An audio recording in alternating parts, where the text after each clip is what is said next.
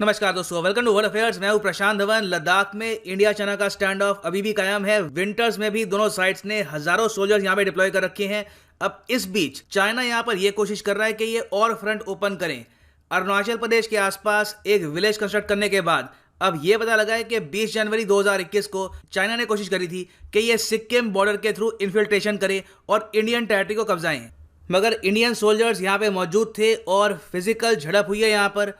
और मीडिया की रिपोर्ट्स के हिसाब से करीब 20 पीएलए के जवान यहाँ पे हुए हैं इंजर्ड। नाउ ये इंसिडेंट हुआ कहाँ पर है ये मैं आपको दिखाता हूँ। नाउ यहाँ पे आप देखेंगे ये मैप है, ये यहाँ पे चाइना, ये है इंडिया। नाउ लद्दाख में जो फेस ऑफ है ये अपनी जगह कायम है near the line of actual control. उसके अलावा हाल ही में चाइना ने इंडियन टेरिटरी पर एक विलेज भी कंस्ट्रक्ट किया।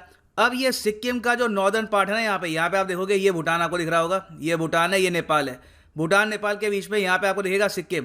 सिक्किम का जो एक नॉर्दर्न पार्ट है वहां पे आपको एक पास मिलेगा, इसका नाम है नाकू ला पास। इस पास के करीब झड़प हुई है between Indian and Chinese soldiers. और सबसे अजीब बात यह है कि आज के समय नाकुला के आसपास बहुत बर्फ है, काफी ठंड है वहां पर। आपको अगर ट्रेन में दिखाऊं नाकुला की तो आप समझ पाएंगे। या आप अगर देखें यहाँ पे मैं जूम इन कर रहा हूँ टुवर्ड्स नाकुला, और ये आपके लिए मैं ऑन कर देता हूँ यहाँ पर बॉर्डर्स। तो यहाँ पे आप देख पाएंगे ये सिक्किम है, ये भूटान, ये नेपाल। और नाकुला आप देखेंगे it is quite at an elevated height. यहाँ पे बहुत बर्फ है, टेरेन बहुत मुश्किल है। और ऐसे टाइम में चाइनीज सोल्जर्स अगर इंडिया को चैलेंज करने की कोशिश करते हैं यहाँ पे, तो ऑब्वियसली ये काफ़ी प्लान तरीके से हुआ होगा, ये कोई कोइंसिडेंस नहीं है। और एक इंटरेस्टिंग बात आपको ये बताता हूँ कि कुछ दिन पहले आपको याद होगा एक न्यूज़ सामने आई थी कि चाइना का सोल्जर गलती से इंडियन टेरिटरी में आ गया है और बाद में इंडिया ने उस सोल्जर को छोड़ दिया था अंडर द प्रोटोकॉल। मगर अब बहुत से आर्टिकल सामने आए हैं जहां पर यह बताया जा रहा है कि अब इंडियन इंटेलिजेंस सोच रही है कि मोस्ट प्रॉब्ली वो सोल्जर भटका हुआ नहीं था, वो जेन्युइनली कुछ स्पाइंग कर रहा था ऑन द ग्राउंड।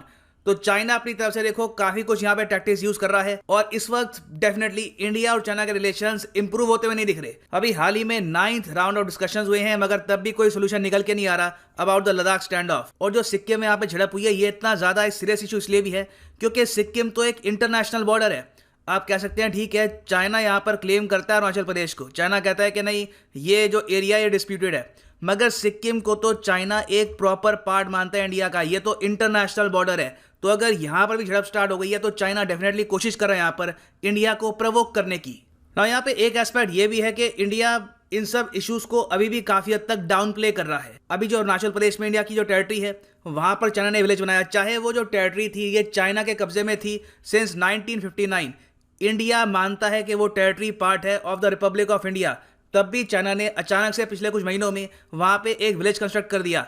इंडिया ने सिंपली यहां पर यह कहा कि ये नॉर्मल बात। इस इंसिडेंट में भी आप अगर देख लो, सिक्किम एक प्रॉपर इंटरनेशनल बॉर्डर है, कोई डिस्प्यूट नहीं है। यहां पे झड़प होती है, आर्मी कहती है कि हाँ बिल्कुल माइनर फेस ऑफ हुआ था नाकुला के आसपास, मगर यह रिजॉल्व कर दिया गया by the local commanders. Media से हम रिक्वेस्ट करते हैं कि इसको एग्जैजरेट बढ़ा चढ़ा के ना दिखाए। सो अगेन बहुत ही इंटरेस्टिंग है कि इंडिया अपनी तरफ से कोशिश कर रहा है कि जो भी इंसिडेंट्स हो रहे हैं इनको हम करें डाउन प्ले। अब नेक्स्ट क्वेश्चन यहाँ पर यह आता है कि ठीक है, अब हम देख पा रहे हैं कि सीरीज ऑफ इवेंट्स हुए हैं। पहले इंडियन टेरिटरी पे विलेज, उसके बाद सिक्किम के पास झड़प। तो चाइना डेफिनेटली फ्रस्ट्रेटेड है, ये चाहते हैं कि इंडिया को कहीं ना कहीं उलझा कर रखिए। तो इसका रीजन क्या है?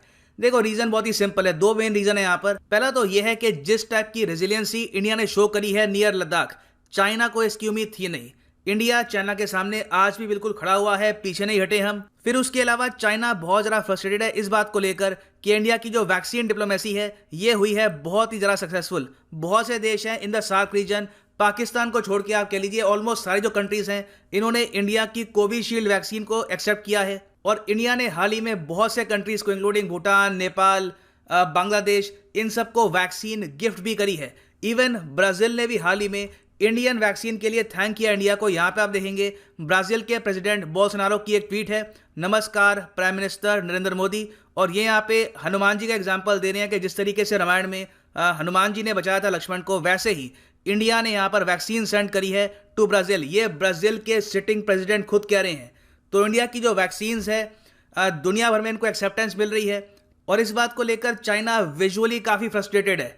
और हाल ही में ग्लोबल टाइम्स ने एक बहुत ही अजीब सा आर्टिकल पब्लिश किया था।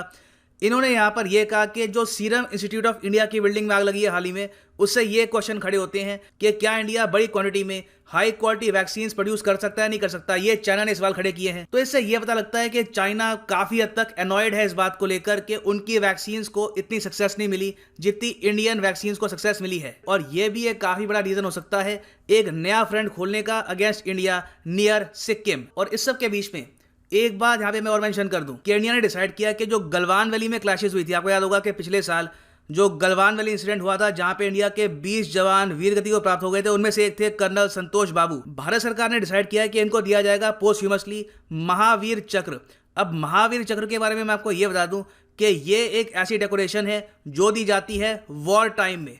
अगर जंग के दौरान कोई सोल्जर कोई ऑफिसर बहुत ज्यादा बहादुरी दिखाता है तो उसको मिलता है महावीर चक्र। तो गलवान वैली में जो कमांडिंग ऑफिसर वीरगति को प्राप्त हुए उनको अगर हम वॉर टाइम डेकोरेशन देते हैं तो इंडिया यहाँ पे एक मैसेज सेंड कर रहा है चाइना को, एक काफी सडल मैसेज कि हम यही मान रहे हैं कि जो गलवान वैली में हुआ था it was almost war like या फिर इट वॉज वॉर लाइक। और इस सब के अलावा कुछ दिन पहले इंडियन एयरफोर्स चीफ ने यह भी कहा था कि अगर चाइना अग्रेसिव हो सकता है so India can be aggressive as well, हम भी अग्रेसिव हो जाएंगे उस टाइम। तो हम ये देख रहे हैं कि जो इंसिडेंट्स हो रहे हैं चाहे लद्दाख का हो, अरुणाचल का हो, सिक्किम का हो, उसको लेकर भारत सरकार कुछ जरा कह नहीं रही, बिल्कुल चुप है। मगर अलग टॉपिक को लेकर इंडिया काफी तरीके से वार्निंग सेंड कर रहा है टू चाइना कि आप अग्रेशन करेंगे तो हम भी कर सकते हैं यहाँ पर अग्रेशन। और कहीं ना कहीं इंडिया को ढूंढना होगा कोई लॉन्ग टर्म सोल्यूशन इस प्रॉब्लम का, क्योंकि क्लियरली चाइना इस वक्त नहीं चाहता कि जो बॉर्डर के इश्यूज हैं ये रिजॉल्व हो जाए और इंडिया और चाइना बॉर्डर पर पीसफुली कोएग्जिस्ट करें। सो ये है अंत इस वीडियो का। Thank you for listening and as always God bless you all.